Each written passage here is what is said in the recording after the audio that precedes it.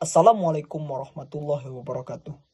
Halo guys, kembali lagi bersama gua Arif Manardi Saputra di channel Arif TV. Oke guys, jadi di video kali ini cukup membingungkan ya guys ya. Kenapa?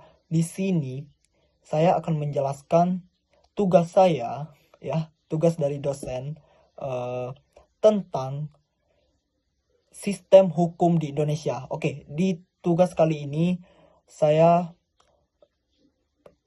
yaitu tugas tentang pengantar hukum Indonesia. Oke, poin pertama yaitu sistem hukum di Indonesia.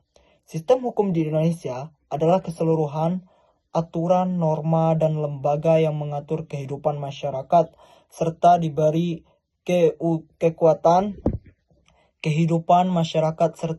kekuatan oleh negara untuk ditegakkan. Tujuan utamanya adalah menyampaikan keadilan, ketertiban, dan kepastian hukum. Ciri-ciri dari sistem hukum Indonesia. Berdasarkan Pancasila sebagai dasar dan Undang-Undang 1945,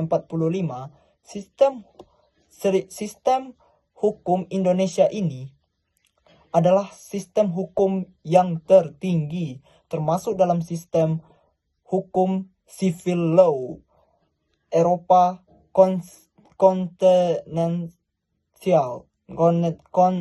kontinental, yaitu hukum yang berasal dari undang-undang tertulis.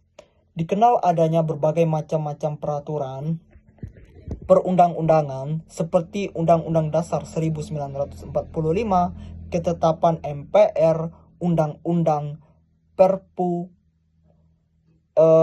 peraturan pemerintah, peraturan presiden, peraturan daerah. Lembaga penegak hukum di Indonesia itu ada kepolisian atau Polri menjaga keamanan dan menegakkan hukum, kejaksaan menuntut perlu tindak pidana, Mahkamah Agung atau MA, pengadilan tertinggi, Mahkamah Konstitusi atau MK menguji undang-undang terhadap Undang-Undang Dasar 1945. Komisi Pemberantasan Korupsi KPK atau KPK menangani kasus korupsi. Selanjutnya, sistem pemerintahan Indonesia. Sistem pemerintah Indonesia adalah sistem pemerintahan presidensial yang berdasarkan Pancasila dan Undang-Undang Dasar 1945.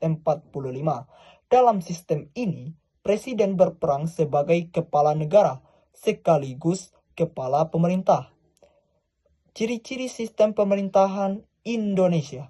Presiden. 1. Presiden dan wakil presiden dipilih langsung oleh rakyat. 2. Presiden tidak bertanggung jawab kepada DPR, namun bekerja sama dengan DPR dalam membuat undang-undang. 3. Masa jabatan presiden adalah 5 tahun dan dapat dipilih kembali maksimal 2 periode. 4.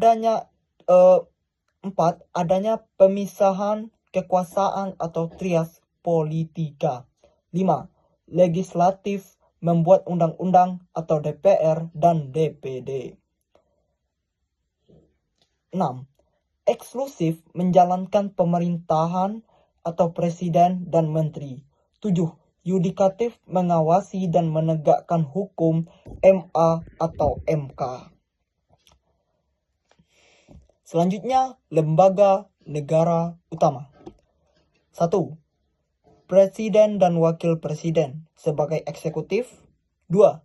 MPR atau Majelis Permusyawaratan Rakyat atau yaitu sebagai pengawal konstitusi. 3. DPR atau Dewan Perwakilan Rakyat sebagai legislatif. 4. DPD atau Dewan Perwakilan Daerah menjadi perwakilan daerah. Selanjutnya MA dan MK, yudikatif. Oke, selanjutnya kesimpulan. Sistem Indonesia berdasarkan Pancasila dan Undang-Undang Dasar 1945 berlandaskan hukum tertulis, civil law, dan bertujuan menciptakan keadilan.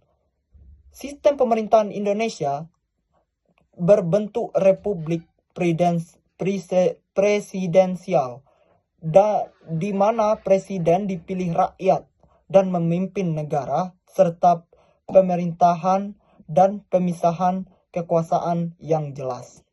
Oke, mungkin itu saja dari penjelasan tugas saya.